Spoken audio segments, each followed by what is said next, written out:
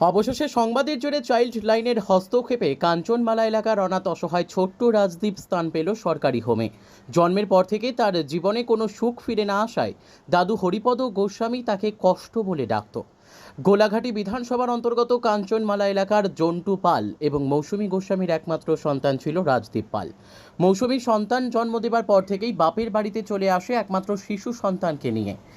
জন্টু পাল কোনোদিনও তার স্ত্রী এবং সন্তানের ভালো মন্দর খোঁজ খবর নেয়নি। এদিকে ছোট্ট রাজদীপ পাল মা এবং দাদুর কাছে ধীরে ধীরে বড় হতে থাকে। এরই মধ্যে গত বছর দুয়েক আগে মৌসুমী গোস্বামী কোনো এক জটিল রোগে আক্রান্ত হয়ে মারা যায়। অসহায় হয়ে পড়ে ছোট্ট রাজদীপ। মা মারা রাজদীপকে তখন বুকে টেনে নেয় তার দাদু। দাদুর বয়স ৭২ বছর। তিনি একজন দিনমজুর বৃদ্ধ শরীর নিয়ে তিনি সবসময় কাজও করতে পারেন না।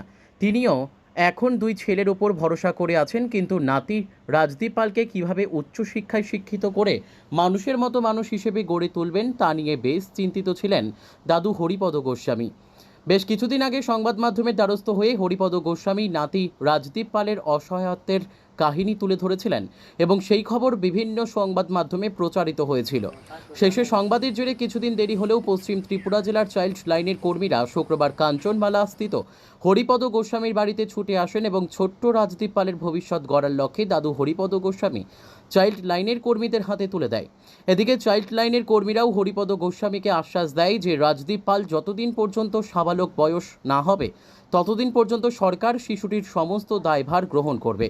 হরিপদ গোস্বামী আবারও সংবাদ মাধ্যমের মুখোমুখি হয়ে ওনার আদরের নাতি রাজদীপ পালের পড়াশোনা সহ সমস্ত দায় দায়িত্ব সরকার গ্রহণ করায় তিনি রাজ্য সরকারকে ধন্যবাদ জানিয়েছেন। আসলে আমি কতদিন আগে নিউজও দিয়েছিলাম, তারা এই সংবাদ পাইয়া আইসে আইয়া খোঁজ করছে যে হরি গোস্বামীর বাড়ি কোনটা। আমি বললাম যে এই বাড়ি ওই, যে আপনার বলে নাতি আছে একজন, তার মা মরা, যে আমরা আপনি তারে নিলে আপনি দিবেননি। আমি যদি যাইতো তো চাই না, দাদা দিদা চাইরা আমার এনে থাকতো চাই, আমি তার ভবিষ্যতে মানুষ করানোর লেগে চাইছিলাম। মানে আপনারা যদি নেন তার ভবিষ্যৎটা দাঁড়া করাইয়া দেন। আমরা এটাই চাইতেছি, তার যেমন ভবিষ্যতে মানুষ হয়ে আইয়ে। কালকে কি লয়ে গেছে? কি কইবেন এখন শুনিয়া? মানে তারা নিছে, তারা আমার কাছে লেখাপড়া সব কিছু করাইব, হ্যাঁ, ভবিষ্যতে মানুষ করে দিব। 18 বছর হইলে আমার আবার ফেরত দিয়ে দিব। যে তারা নিচে, তারা এই চ্যানেলে মানুষ আইসে আয়া তারা নিচে, হ্যাঁ, তারারও আমি ধন্যবাদ জানাই। আমি রাজ্য সরকারকেও ধন্যবাদ জানাই। আমার নাতি যেমন মানুষ হয়ে আয়ে। আপনি কি কাজ করেন এমনিতে? আমি টুকটাক কাজ করি, এখন তো আর কাজ করতাম পারি না। আপনার বয়স কত চলে এখন? 72।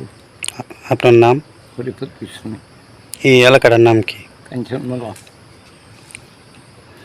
Bureau report, news tele Bharat.